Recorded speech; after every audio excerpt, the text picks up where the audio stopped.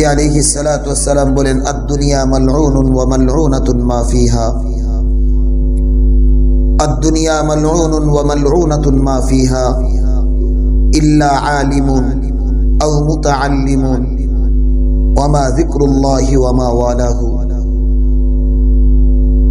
পৃথিবীর যা কিছু দেখি আর নাই দেখি, পরোক্ষ আর প্রত্যক্ষ, সব কিছুই ধ্বংসশীল। এই কথাটা বুঝি, মানতে চাই না। এই কথাটা সবাই স্বীকার করি, বুঝতেছি, মানতে চাইতেছি। রাসূল বলেন, আদ-দুনিয়া মালউন, আদ-দুনিয়া মালউনাতুন ওয়া মালউনুন মা ফিহা। যা কিছু তুমি দেখো আর নাই দেখো, সব কিছু ধ্বংস হয়ে যাবে। ইযা সামাউ ফাতারাত ওয়া ইযাল কাওয়াকিবু তাসারাত ওয়া ইযাল বিহারু ফুজ্জিরাত ওয়া ইযাল কুবুরু বুসিরাত। ভাই মুসল্লিয়ানে কেরাম, খুব ভালো করে খেয়াল করে, আল্লাহ জাল্লা শানুহু আমার বাড়িটা যে ধ্বংস হবে এটা বলে নাই, আমার ঘর বাড়ি যে ধ্বংস হবে এটা বলেন নাই, বড় বড় জিনিসের কথা বলছেন। কি বলেন রব্বে কারীম? ইযা সামাউ ফাতারাত। আমার ঘরটা তো খুঁটি দিয়ে লাগান, আমার বাড়ি তো পিলার দিয়ে লাগান। আল্লাহ বলেন, পিলারহীন যে আসমানটা তুমি দেখতেছো, ইযা সামাউ ফাতারাত, আসমানটা ফেটে চচির হয়ে যাবে। তাহলে আমার ঘর বাড়ি এগুলোর চেয়ে ভারী জিনিস, শক্তিশালী জিনিস, বিস্তৃত জিনিস, এটা ভেঙে চুরমার হয়ে যাবে, চৌচির হয়ে যাবে। তাহলে তো আমার ঘর বাড়ির প্রশ্নে উঠে না। ওয়া ইযাল কাওয়াকিবু তাসারাত, যে চন্দ্রমালাগুলো দেখো, সূর্য দেখো, চন্দ্র দেখো, রাতের আলোক সজ্জা আসমানটাকে দেখো, সব কিছুই খসে খসে পড়ে যায়। ওয়া ইযাল বিহারু সুজ্জিরাত ওয়া ইযাল জিবালু সুয়িরাত। পাহাড়টা যেটা দেখতেছো ধূলিকণার মতো উঠতে থাকবে, চলমান হয়ে যাবে। তাহলে পাহাড়ের মতো ভারী জিনিসগুলোর অস্তিত্ব থাকবে না, আসমানের মতো ভারী জিনিসের কোনো অস্তিত্ব থাকবে না, চন্দ্রমালার এত শক্তিশালী যার আলোক ছটায় সারা পৃথিবীকে আলোকিত করে দেয়, এই সূর্যের কোনো অস্তিত্ব থাকবে না, চন্দ্রের কোনো অস্তিত্ব থাকবে না। তাহলে আমাদের যা জীবনের পিছনে দৌড়াইতেছি এটার কোনো প্রশ্নই উঠে না। আল্লাহ বলেন, আল কারিআতু মাল কারিআ ওয়া মা আদরাকা মাল কারিআ ইয়াওমা ইয়াকুনুন নাসু কাল ফারাশিল মাবসুস ওয়া তাকুনুল জিবালু কাল ইহনিল মানফুশ। পাহাড়গুলো তুলার মতো উঠতে থাকে, তুলার মতো উঠতে থাকে। পাথরের পাহাড়গুলো ধুলার মতো, তুলার মতো উঠতে থাকে। যেই পাহাড় কেন বানাইছেন? বল জিবালা আওতাদা, জমিন যেন নড়াচড়া না করে আল্লাহ পেরেক হিসাবে পাহাড়কে রাখছেন। পৃথিবীর মনে হয় সর্বোচ্চ 1 থেকে 2টা দেশ হবে, ছোট্ট ছোট্ট দেশ, যে দেশে পাহাড় নাই। বাকি পৃথিবীর এমন কোন দেশ নাই যেখানে আপনি পাহাড় খুঁজে পাবেন না। আছেই পাহাড় দেশ হিসাবে, হয়তো পাথরের নয়, মাটি নয়, বরফের, আছেই পাহাড়। আল্লাহ এভাবেই তৈরি করেছেন, বল জিবালা আওতাদা, পেরেক হিসাবে জমিনের উপরে পাহাড়কে তৈরি করেছেন। এই পাহাড়ের কোনো অস্তিত্ব থাকতেছে না, আমাদের বেঁচে থাকার তো প্রশ্নই উঠে না। অথচ এটা জানি পৃথিবী ধ্বংস হয়ে যাবে, জানি পৃথিবীর অস্তিত্ব থাকবে না, আমি জানি আমার ঘর বাড়ির অস্তিত্ব থাকবে না, আমি জানি যে বিল্ডিংটার পিছনে আমি দৌড়াইতেছি আর কোনো অস্তিত্ব থাকবে না, আমি জানি যে ব্যবসা বাণিজ্যের পিছনে আমি দৌড়াইতেছি আর কোনো অস্তিত্ব থাকবে না। এরপরেও আমার দিল এটা মানতে চায় না।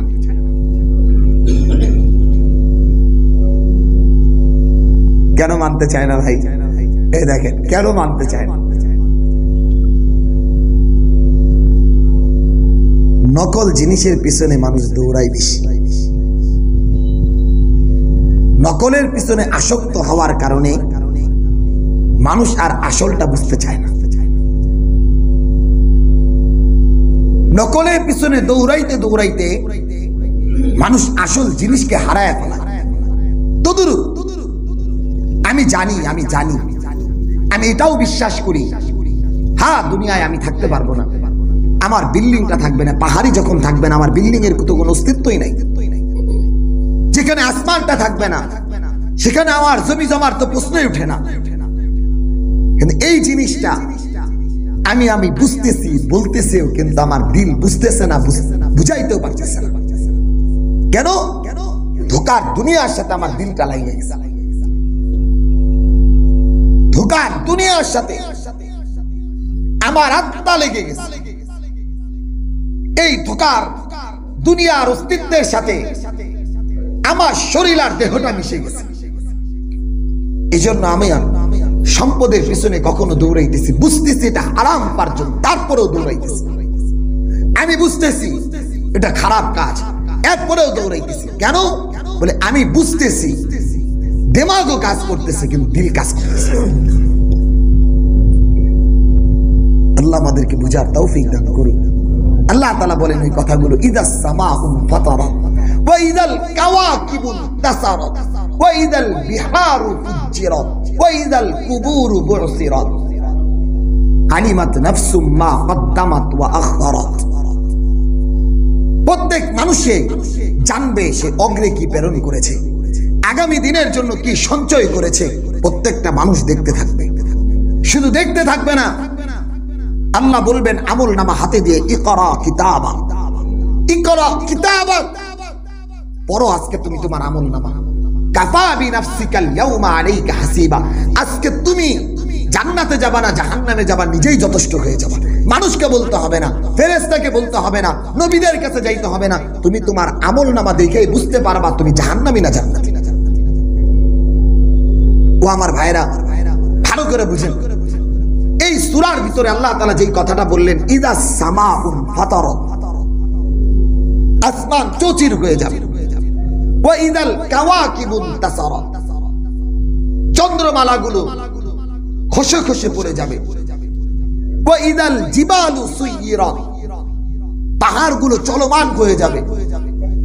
এবার আল্লাহ তাআলা বলেন শুনো, এগুলোর যখন অস্তিত্ব নাই, সবকিছু ধ্বংসশীল যখন হয়ে যাবে, কুল্লু মান আলাইহা ফান ওয়া ইয়াবকা ওয়াজহু রাব্বিকা যিল জালালি ওয়াল ইকরাম, সবকিছু ধ্বংস হয়ে যাবে, শুধু বেঁচে থাকবো, শুধুমাত্র ক্ষমতার রাজা দিরাজ হিসাবে থাকবো আমি রব্বে কারীম। আমি ছাড়া সবকিছু ধ্বংস হয়ে যাবে। কুল্লু মান আলাইহা ফান, সবকিছু ধ্বংসশীল হয়ে যাবে, সবকিছু তুলার মতো উঠতে থাকবে, সমস্ত মানুষগুলো মারা যাবে, সমস্ত জমিনগুলো চৌচির হয়ে যাবে, সব সমতল ভূমিতে পরিণত হয়ে যাবে, সমুদ্রের পানিগুলো শুকায় যাবে, পাহাড় তুলার মতো উঠতে থাকবে। এবার আল্লাহ তাআলা বলে শুনো, তুমি আগামী দিনের জন্য কি পাঠিয়েছো, আলিমাত নাফসুম মা কদ্দামাত ওয়া আখখারাত, সকলেই জানতে পারবে আগামী দিনের জন্য কি সে কি তৈরি করেছে। এবার রব্বে কারীম এই কথাটা বইলে আমাদেরকে একটা ধাক্কা দিতেছে যে বান্দা,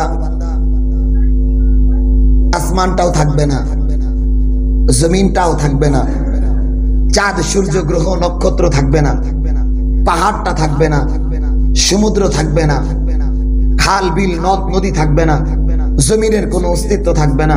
তাহলে বান্দা, ইয়া আইয়ুহাল ইনসান মা গররাকা বিরব্বিকাল কারীম, কোন জিনিস তোমার রব থেকে ধোকায় ফেলাইল?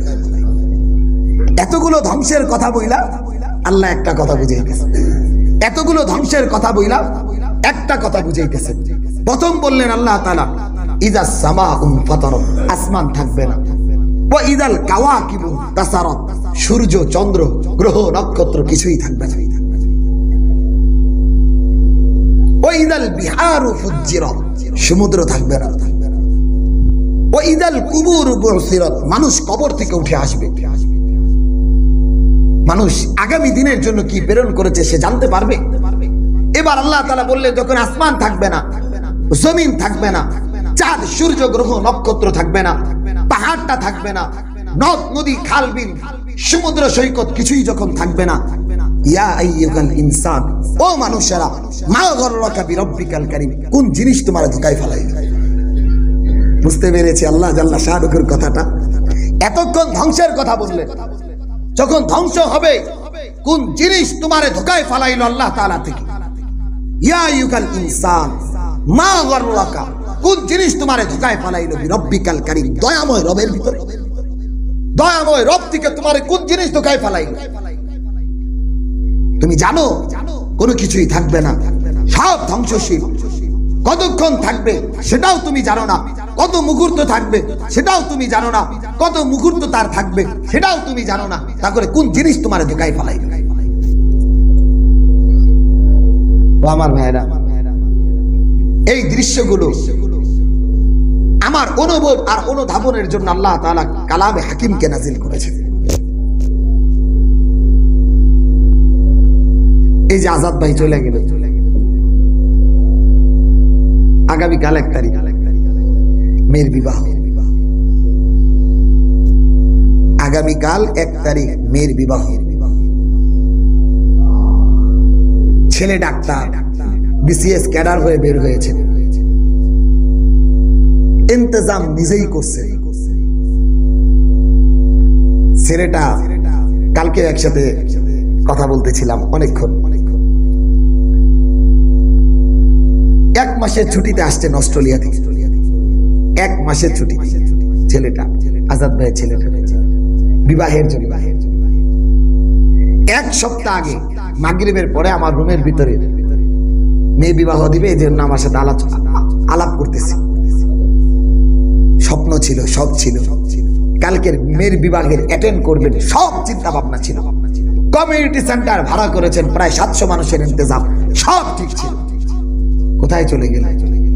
সব হারায় গেছে, সব শেষ। ও আমার ভাইরা, এর চাইতে গুরুত্বপূর্ণ কথাটা দিলের ভিতরে ধারণ করে, দিলের ভিতরে বদ্ধমূল করেন। আপনি যেই সম্পদ আর প্রাচুর্যতার পিছনে দৌড়াইতেছেন, যেই সন্তানের জন্য, আপনি মারা গেলে সবকিছু থেমে থাকবে না, আগের মতোই চলবে। আমি ছেলেকে বললাম, এই কালকে,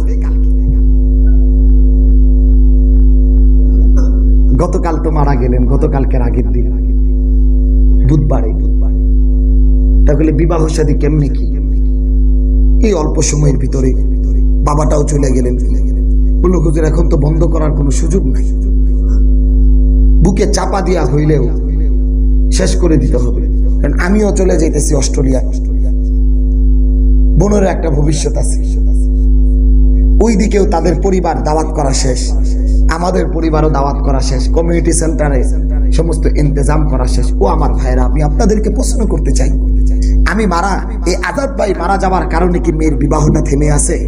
বলেন বলেন বলেন। এই মানুষটা দুনিয়া থেকে চলে যাওয়ার কারণে ছেলেরা কি খাওয়া বন্ধ করে দিছে? এই মানুষটা চলে যাওয়ার কারণে কিন্তু সবকিছু আগের মতোই চলবে, কিন্তু আমি কিন্তু অন্ধকার কবরে। এটা আমার জিন্দেগি। আল্লাহ তাআলা এই কথাটাই আমাকে বুঝাইতেছেন, ইয়া আইয়ুহাল ইনসান মা গাররাকা বিরব্বিকাল কারীম, কোন জিনিস রব থেকে তোমারে ধোকায় ফেলাইলো? কোন জিনিস তোমারে রব থেকে ধোকায় ফেলাইলো? যে সন্তানের পিছনে তুমি দৌড়াইতেছো, তুমি মারা যাবার সাথে সাথে ওই সন্তানটা তোমার দাফন কইরা আইসা আগের মতোই চলবে, আগের মতোই চলবে, আগের মতোই বিবাহ শাদী হবে, আগের মতোই কমিউনিটি সেন্টারে সব হবে, কিন্তু তুমি অন্ধকার কবরে থাকবে। সব আগের মতোই, হাসি আনন্দ উল্লাস, তুমি নাই, তুমি হারায় গেছো। আল্লাহ এই কথাটাই বলছেন, ইয়া আইয়ুহাল ইনসান, ও মানুষেরা, আমি তোরে বানাইছি, তোর কি ভালো মন্দ আমি জানি। ও আমার ভাইয়েরা, আরেকটু বুঝেন, আপনি একটা বিল্ডিং করছেন, এই বিল্ডিং কয়তলা হবে আপনি জানেন না? বলেন বলেন বলেন। এই মাটির নিচে কত কত গভীর করছেন, কয়তলা ফাউন্ডেশন দিচ্ছেন, কতটুকু লোড কুলাবে আপনি জানেন না? আপনি তো যাই নাই করছেন। আপনি বিল্ডিং এর মালিক, এজন্য কি লাগবে, কখন লাগবে, কতটুকু লাগবে, কোন জিনিস লোড কুলাইতে পারবে না, সব আপনি জানেন। আল্লাহ বলেন, বান্দা তোরে আমি বানাইছি, তোরে আমি বানাইছি, কিন্তু কি করে বানাইছি? ওয়া খুলিকাল ইনসান দাঈফা, দুর্বল করে বানাইছি।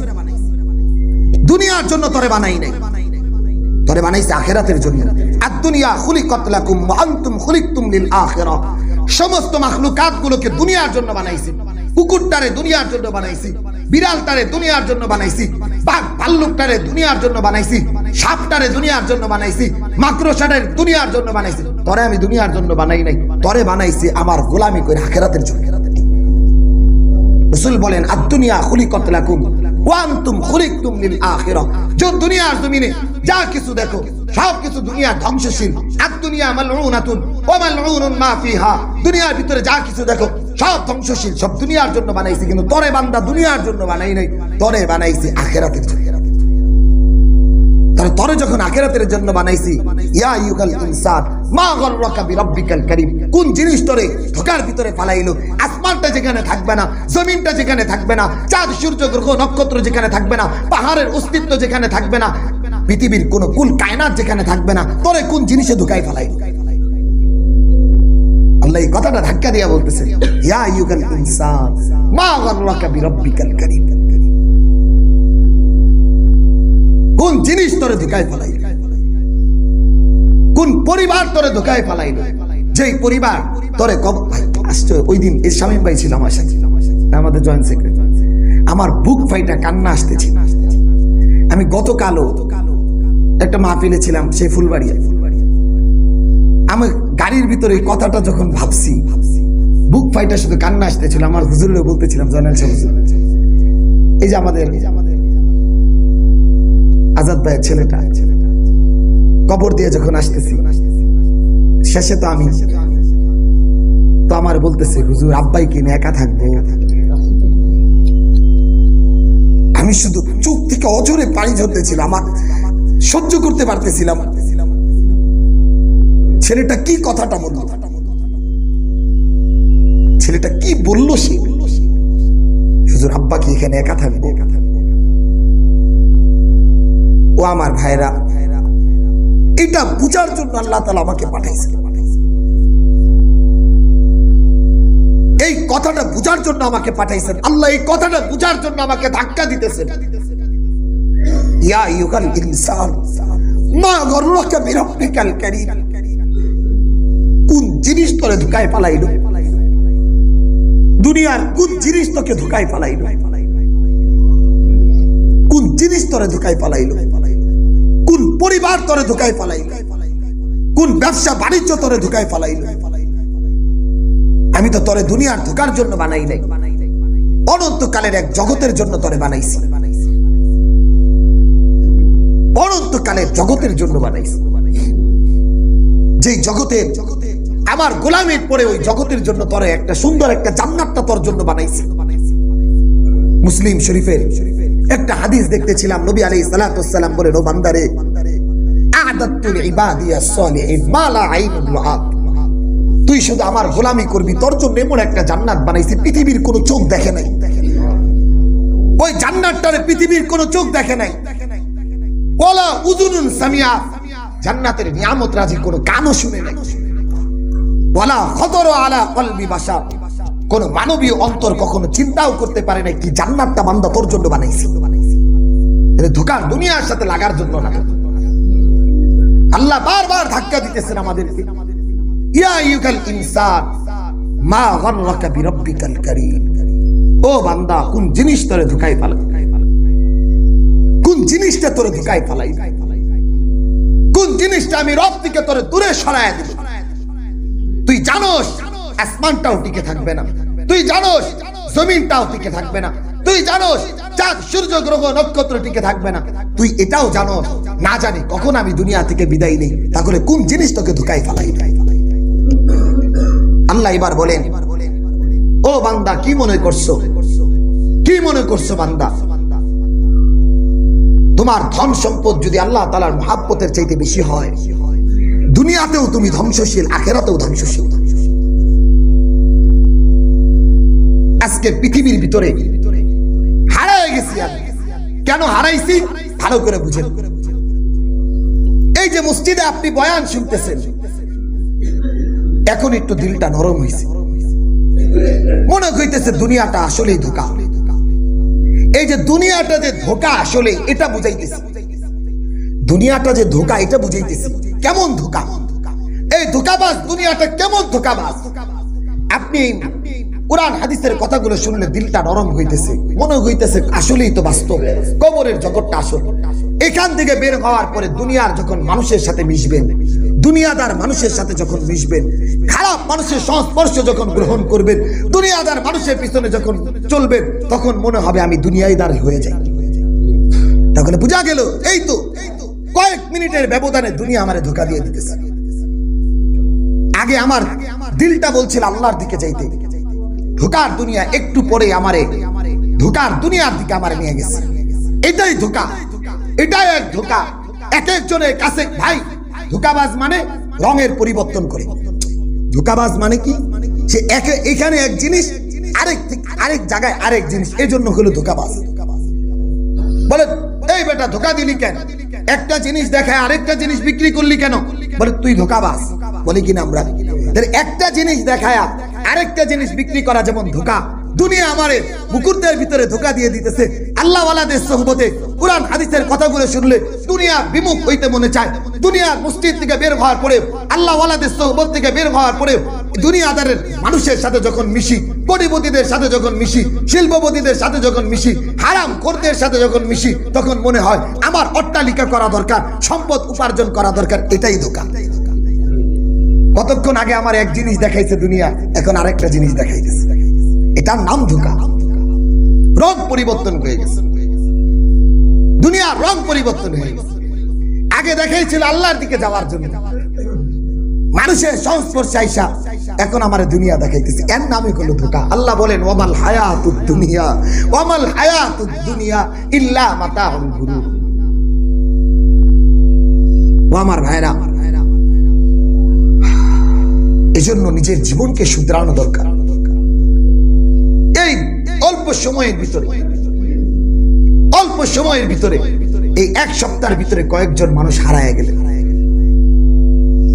এই যে আবুল চাচা হারায় গেলেন, যেই দিন মারা গেছেন ওই দিন সকালে বাজার দিয়ে ঘুরতেছে, এমনি তো একটু অন্যরকম। তো আমি আবুল চাচারে সকালবেলা বলছি বাসায় যান, বাসায় যান, আমরা খালি হারায় যান গা, বাসায় যান। হাইসা হাইসা বিকালের আগেই শুনি দুনিয়া থেকে বিদায় নিছে। দুপুরবেলা ছেলেদের সাথে ছাদের মধ্যে নাতিদের সাথে খাবার খাইছে, তরমুজও খাইছে। হঠাৎ করে বুকে একটু চাপ দিছে, শেষ। তাহলে আমার গ্যারান্টি আমি নিজেও জানি না কতক্ষণ কিসের পিছনে দৌড়াইতেছি। ও আমার ভাইরা বলেন তো আপনি, এই যে আজাদ ভাইয়ের কথাটাই বলি, এই আজাদ ভাই যদি জানতেন আমি দুনিয়া থেকে বিদায় নিব, মেয়ের বিবাহ কি আগামীকাল দিতেন? বলেন বলেন বলেন বলেন, আগামীকাল কি মেয়ের বিবাহের জন্য এরকম ইন্তজাম করতেন? আল্লাহ বলেন এটাই ধোঁকা। ওয়ামাল হায়াতুদ দুনিয়া ইল্লা মাতাউল গুরুর। এটাই ধোঁকা। তোমার রব থেকে দূরে সরায় দিছে, সৌন্দর্য আর চাকচিক্য তোমাকে আল্লাহ থেকে দূরে সরায় দিছে, দুনিয়ার প্রাচুর্যতা তোমাকে আল্লাহ থেকে দূরে সরায় দিছে। কিন্তু বান্দা নবী আলাইহিস সালাতু ওয়াস সালাম এই কথাটাকে বারবার বুঝাইছেন, ও আলী, মৃত্যুকে কত দূরে মনে করো তুমি। আলী রাদিয়াল্লাহু তাআলা আনহু বললেন, ওগো রাসূল, 2 রাকাত নামাজে দাঁড়িয়েছি, সালাম ফিরাইতে পারবো কিনা জানি না। রাসূল বললেন, না আলী, ভুল করছো, মৃত্যুটা এত দূরে না, আরো কাছে। বলে কতটা কাছে? তুমি ডান দিকে সালাম ফিরিয়েছো, বাম দিকে সালাম ফিরাইতে পারবো কিনা জানো না। এর চেয়ে সন্নিকটে হলো তোমার মৃত্যু। অথচ কতটা আমি ধোঁকায় পড়ে আছি। সুন্দর খাবার আমারে ধোঁকায় ফালায়া হারামের দিকে নিতেছে, চেহারার চাকচিক্যতা আমাকে হারামের দিকে নিতেছে, পরিবারের একটু লোভনীয় বস্তু দেখানোর জন্য আমাকে হারামের দিকে নিতেছে। কিন্তু যে যার জন্য করছি, আমি মারা গেলে ওই সন্তানটাই আমারে মাটির নিচে দাফন করে মাটি চাপা দিয়ে চলে আসবে। আল্লাহ তাআলা এই কথাটাই বলেন, শুনো বান্দা, ইয়া আইয়ুহাল ইনসান মা গররাকা বিরাব্বিকাল কারীম। কোন জিনিস তোমারে ধোঁকায় ফালাইলো? কোন জিনিস তোমারে ধোঁকায় ফালাইলো? এবার আল্লাহ তাআলা বলতেছেন, শুনো, এই ধোঁকার দুনিয়া তুমি ছুঁড়ে ফেলে দিতে পারবা। আমানুত্তাকুল্লাহ ওয়া কুনু মা'আস সাদিকিন। হ্যাঁ, আজীব এক কথা বলছেন আল্লাহ তাআলা। তুমি যদি ভালো হতে চাও, জীবনকে শুধরাতে চাও, জীবনকে সুন্দরতম করতে চাও, ধোঁকার জগতের সাথে থাকলে, ও আমার ভাইয়েরা, চুম্বক লোহা দেখলেই টাইনা আনে। একটা চুম্বক দাঁড়ায় আছে, যেখানে রাখবেন দেখবেন আশেপাশের লোহাগুলোকে টাইনা আনতেছে, ম্যাগনেট লোহাগুলোকে টাইনা আনতেছে। ও আমার ভাইরা, ভালো করে বুঝেন, কোন আল্লাহওয়ালার সোহবতের ভিতরে যখন যাবেন, কোন ভালো মানুষের সান্নিধ্যে যখন যাবেন, আল্লাহ তাআলা আপনার দিল থেকে ধোঁকার দুনিয়াটাকে দূর করে দিয়া আল্লাহর মুহাব্বত অটোমেটিক বসায় দিবেন। আল্লাহ বলেন, ইয়া আইয়ুহাল্লাযীনা আমানুত্তাকুল্লাহ ওয়া কুনু মা'আস সাদিকিন। ও বান্দা, তুমি যদি ভালো হতে চাও, এই ধোঁকার দুনিয়া থেকে যদি তোমার দিলটাকে মজবুতের সাথে রাখতে চাও, ধোঁকার দুনিয়া থেকে যদি তুমি দিলটাকে সরায়া নিজের জিন্দেগিটাকে যদি রানিতে করতে চাও, একটা নাম্বার কথা হলো কুনু মা'আস সাদিকিন, ভালো মানুষের সঙ্গী হয়ে যাও। ভালো মানুষের যদি সঙ্গ হয়ে যাও, আল্লাহ তাআলা তোমার দিলটাকে ভালো মানুষের সঙ্গের ভিতরে থাকতে থাকতে নুরান্বিত করে দিবেন। ও আমার ভাইরা, হাজী আমদাদুল্লাহ মুহাজির মক্কি রাহিমাহুল্লাহ তাআলা আমাদের এই ভারতবর্ষের এক অবিস্মরণীয় এক ব্যক্তি ছিলেন। চারো তরিকার এক ইমাম ছিলেন, বড় জাদরেল আলেম ছিলেন তা কিন্তু না। কিন্তু জাদরেল পৃথিবীতে যত বড় বড় ওলামায়ে কেরাম এসেছেন ভারতবর্ষে, রশিদ আহমদ গানগোহি বলি, কাসেম নানতুবি বলি, শাইখুল হিন্দ বলি, সকলেই হাজী আমদাদুল্লাহ মুহাজির মক্কি রাহিমাহুল্লাহ তাআলার মুরিদ ছিলেন। হাজী আমদাদুল্লাহ মুহাজির মক্কি রাহিমাহুল্লাহ তাআলার কাছে নিজের জীবনটাকে সঁপে দিয়েছিলেন। ও আমার ভাইরা, রশিদ আহমদ গাঙ্গুহিকে বলা হয় ফকিহুন নফস, ফকিহুল মিল্লাহ। রশিদ আহমদ গাঙ্গুহির মতো এত বড় মুফতি সাহেব আমার মনে হয় না পদ্মবতী সময় পর্যন্ত আসছে বা আসবে। এত বড় মুফতি সাহেব ছিলেন। দারুন দেওবন্দের সিহায়ে সিত্তার সমস্ত কিতাবগুলো একাই পড়াইতেন। রশিদ আহমদ গাঙ্গুহি ইলমের তো গভীরতা অনেক। কাসেম নানুতুবি রাহিমাহুল্লাহ তাআলা বলছেন, ভাই একটু হাজী সাহেবের কাছে যাই, এখন তো আলেম হইছি, একটু যাই। বলে ঠিক আছে, গেছেন আলেমের কাছে। রশিদ আহমদ গাঙ্গুহি রাহিমাহুল্লাহ তাআলা যায় হাজী সাহেবরে বলছে, হাজী সাহেব আমি জিকির আজকার করতে পারবো না, আপনার একটু দেখতে আসছি, খানকায় 2-3 দিন থেকে চলে যাই। হাজী সাহেব বললেন, ঠিক আছে ভাই, আজকের রাত তো থাকবা? বলে হ্যাঁ হুজুর, আজকের রাত থাকবে। ঠিক আছে। হযরত যেখানে খানকার ভিতরে হুজুরের পাশে শোয়াইছে, হযরত উঠে গেছে, উঠা রাত্রে বেলা ওযু কইরা নামাজ পড়া, ওই যে হাজী রশিদ আহমদ গাঙ্গুহি আগেই বলছে, হুজুর আমি কিন্তু জিকির আজকার করতে পারবো না, জিকির টিকির করতে পারবো না, উল্লাহ যেন আমারে দিয়া হবো না। হুজুর বলছে, ঠিক আছে বাবা, কোনো সমস্যা নেই, তুমি একটা কাজ করো, শুধু ঘুমাও। বলে ঠিক আছে হুজুর।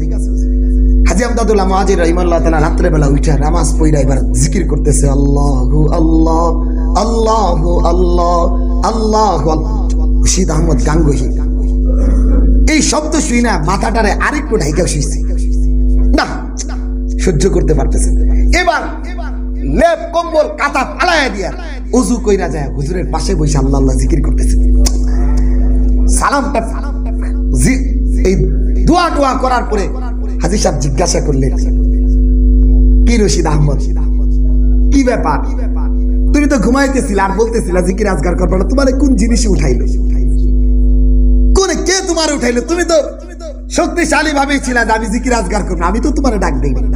রশিদ আহমদ গাঙ্গুহি বলতেছিলেন, হযরত আপনি যখন আল্লাহ তাআলার জিকির করতেছিলেন, ওই জিকিরের শব্দগুলো যে আমার দিলের ভিতরে লাগতেছিল, লাগার দিলের ভিতরে গভীর ক্ষত বিক্ষত করতেছিল, আমি আর শুয়া থাকতে পারি নাই, আমি উঠা যায় আপনার সাথে জিকিরে বসে গেছি। ও আমার ভাই, এটা হলো আল্লাহওয়ালার সোহবত, এটা ভালো মানুষের সান্নিধ্য। নবী আলাইহিস সালাতু ওয়াস সালাম বলেন, বুখারী শরীফের হাদিসের ভিতরে আসছে, ভালো মানুষের অবস্থা রাসূল বলেছেন মিসকের মতো সুগন্ধির সাথে উদাহরণ দিয়েছেন। কোন মানুষ যখন কোন মানুষ আল্লাহওয়ালার সাথে সোহবতে থাকবে, আল্লাহ তাআলা তার জিন্দেগিটাকে নূরান্বিত করে দিবেন। খারাপ মানুষের সঙ্গগুলো হাফরের দোকানের মতো, কামারের দোকানের মতো। এজন্য মেরে ভাই, নবী আলাইহিস সালাতু ওয়াস সালামের সাহাবীরা বিভিন্ন দেশ থেকে শুধু রাসূলের কাছে আসতেন একটা নসিহত শোনার জন্য। নজদ, এই বুখারী শরীফের হাদিসের মধ্যে আসছে, নজদ এলাকা থেকে, প্রায় ইয়ামানের পাশে নজদ এলাকা, এখান থেকে একদল রাসূলের কাছে আসছেন। আয়েশা বলছেন, ইয়া রাসূলুল্লাহ আমাকে নসিহত করেন। রাসূল তাদেরকে নসিহত করলেন, ওই কয়েকটা নসিহত শুনেই চলে গেলেন। ও আমার ভাইরা, কোন মানুষ যখন নিজের জীবনকে শুধরানোর জন্য কোন ভালো মানুষের সঙ্গ গ্রহণ করবে, আল্লাহ বলেন কুনু মা'আস সাদিকিন, আমি আল্লাহ তাআলা ওই মানুষটাকেও ভালো মানুষের সাথে বানায় দিবেন। সাইয়েদনা ওমর ইবনুল খাত্তাব ভালো মানুষ ছিলেন না, প্রথমে রাসূলের কাল্লা আনতে গেছিলেন, গর্দান আনতে গেছিলেন, যে রাসূলের গর্দান আনতে যায় ভালো মানুষ না, কিন্তু রাসূলের সান্নিধ্যে আসার পরে জীবন পরিবর্তন হয়ে গেছে। ও আমার ভাইরা, এজন্যই আমাদের জন্য বড় খুশনসিব এই যে বিশ্ব ইজতেমা, লাখো মানুষের এক ইন্তেজাম। বলেন 1 লক্ষ মানুষ হলে একজনও কি ভালো মানুষ নাই? বলেন না কেন? 1 নাম্বার কথা হইল, জীবনে এমন একটা অবস্থার ভিতরে আপনি এই 1 লক্ষ মানুষের সাথে আপনি নামাজ পড়তেছেন, জীবনের একটা নামাজ যদি ওই ভালো মানুষের আল্লাহ তাআলার কাছে কবুল হয়ে যায়, তাহলে মনে রাখেন ওই মানুষগুলোর কারণে আপনার নামাজটাও কবুল হবে। কারণ মাকবুল বান্দা তো। আপনি দোয়ায় ধরছেন, এই যে দেখেন ইমাম সাহেব দোয়া করতে থাকে, আমরা সকলেই বলি আমিন। কত মানুষ থাকে ভাই, ইমাম সাহেবের দোয়াটাও কবুল না হইতে পারে, আপনি হাজী সাহেবের দোয়াটাও কবুল না হইতে পারে। এমন একজন মানুষ আছে, রিকশা চালক, ভ্যান চালক, কিন্তু রব্বে কারিমের সাথে গভীর সম্পর্ক। সে যখন হাত তুলে চোখের পানি ছাড়বে, ওই মানুষটার সাথে আল্লাহ তাআলা আমাকেও কবুল করে নেবেন। ভাই, এটা তো দুনিয়ার নিজামে খুব ভালো বোঝা দরকার। বলেন তো, ধানের দামে চিটা বিক্রি হয় না? চিটার ভিতরে ধান আছে, চিটার ভিতরে ধান আছে, তাও বিক্রি হয় কেন? ধানের সাথে থাকতে থাকতে থাকতে থাকতে চিটাও ধানের দামে বিক্রি হয়ে গেছে। চিটাও যদি ধানের দামে বিক্রি হয়ে যায়, আমি যখন আল্লাহ ওয়ালার সোহবতে থাকবো, ভালো মানুষের সান্নিধ্যে থাকবো, যারা আল্লাহর দ্বীনের জন্য আসছেন, আল্লাহর দ্বীন পৃথিবীর ভিতরে পরতে পরতে পৌঁছানোর জন্য আসছেন, যারা দেশ বিদেশ থেকে এই দেশে আসছেন, শুধুমাত্র বিশ্ব ইজতেমায় আসছেন, ইজতেমায় হইয়া আল্লাহর দ্বীনকে প্রকাশ করবেন, আল্লাহ তাআলার দ্বীনের সাথে আল্লাহ ওয়ালাদের সাথে হাত তুলবেন, আল্লাহ ওয়ালাদের সাথে নামাজে দাঁড়াবেন, এজন্য আসছেন। ও আমার ভাইরা, বিদেশ থেকে আসছেন, কিন্তু আপনি কপাল পোড়া দেশ থেকে যেতে পারতেছেন। কপাল পোড়া। একজন মানুষ ইন্দোনেশিয়া থেকে আসতেছে, ইন্ডিয়া থেকে আসতেছে, বিভিন্ন দেশ থেকে আসতেছে, অথচ আমি বাংলাদেশের। আরে ভাই, এবার বলেন তো, যদি আমাদের বিশ্ব ইজতেমাটা বাংলাদেশে না হইয়া অন্য দেশে হইতো, কি উপায়টা হইতো? চিন্তা করতে পারতাম যাওয়ার জন্য, আল্লাহ তাআলা নসিবে রাখছে। এজন্য মুহতারাম হাজির, আল্লাহ বলেন, যদি ভালো হতে চাও কুনু মা'আস সাদিকিন, ভালো মানুষের সঙ্গ গ্রহণ করো। ভালো মানুষের সঙ্গ যদি গ্রহণ করো, 2টা জিনিস লাভ হবে। 1 নাম্বার হলো, ধোঁকার দুনিয়া থেকে তোমার দিলটা সরে যাবে, ধোঁকার দুনিয়ার সাথে তোমার দিল লাগবে না। 2 নাম্বার, ওয়াল ইনাবাতু ইলা দারিল খুলুদ, চিরস্থায়ী এক জান্নাতের দিকে তোমার দিল যাইতে থাকবে। ধোঁকার দুনিয়া, আত-তাজাফি মিন দারিল গুরুর, ধোঁকার দুনিয়া থেকে তোমার দিল সরে যাবে, আল্লাহর মহব্বত তোমার দিলে বৈশা তুমি অনন্তকালের এক জান্নাতের দিকে তোমার দিল চলে যাবে। আল্লাহ আমাদেরকে বুঝার তৌফিক দান করুন। মোহতারাম হাজিরিন, এবারের ইজতেমা শুরু হয়ে গেছে আজকে থেকে, কিন্তু পর্ব হবে 2টা। টাঙ্গাইল জেলা আগামী রবিবারে আমরা রাতে চলে যাব, সোমবার, মঙ্গলবার, বুধবার। বুধবার দিন দোয়া হবে, সোমবার, মঙ্গলবার, বুধবার। রবিবারে রাতে যাবেন। কোন কোন আল্লাহর বান্দা আছেন যে ইনশাআল্লাহ এবারে ইজতেমায় যাবেন? হাত তুলেন দেখি, হাত তুলেন, হাত তুলেন, হাত তুলেন, হাত তুলেন। আল্লাহ কবুল করেন, আল্লাহ কবুল করেন, এবারে ইজতেমায় যাবেন। হাত তুলেন। এই মসজিদ ওয়ালি জামাতের সাথে এখানে, এটা কোনো বাবার দরবার না, এটা কোনো পীরের দরবার না। এখানে যায় নিজেদের কষ্ট করতে হয়, কষ্টের মাধ্যমে আল্লাহর মহব্বত দিলে হাসিল করতে হয়। এখানে যারা যাবেন, এদের নিজের রান্না করে খাইতে হয়, কষ্ট করতে হয়। কেন? আল্লাহ বলেন, ওয়াল্লাযীনা জাহাদু ফীনা লানাহদিয়ান্নাহুম সুবুলানা, যারা চেষ্টার মুজাহাদা করবেন, আল্লাহ তাআলা তাদের জন্য হিদায়াতের রাস্তাকে খুলে দিবেন। অনেক প্রতিষ্ঠান থেকে দেখা যায় কক্সবাজার নিয়ে যায়, কত সমিতি থেকে কক্সবাজার নিয়ে যায়। আপনি ঠিকই 7 দিনের জন্য যাইতে পারেন, ওইখানে গিয়ে হয়তো নামাজ কাজা হয়েছে, নয় মজা লাভ করছে, কিন্তু আল্লাহ ওয়ালাদের সোহবতে গেলে আর কিছু না হোক, 1 নাম্বার আপনার নামাজটা সেদিন হবে। 2 নাম্বার কথা, এই আল্লাহ ওয়ালাদের সাথে আপনিও আমিন আমিন যোগ করতে পারবেন। 3 নাম্বার কথা হলো, ভালো মানুষের সান্নিধ্যে থাকলে আল্লাহ আপনাকেও ভালো বানায় দিবেন। এজন্য শিক্ষক যারা আছে, 3 দিনের সময় নিব, 3 দিনের ছুটি নিয়ে যাব। ব্যবসায়ীরা শনিবার তো হাটের দিন শেষ হয়ে যাবে,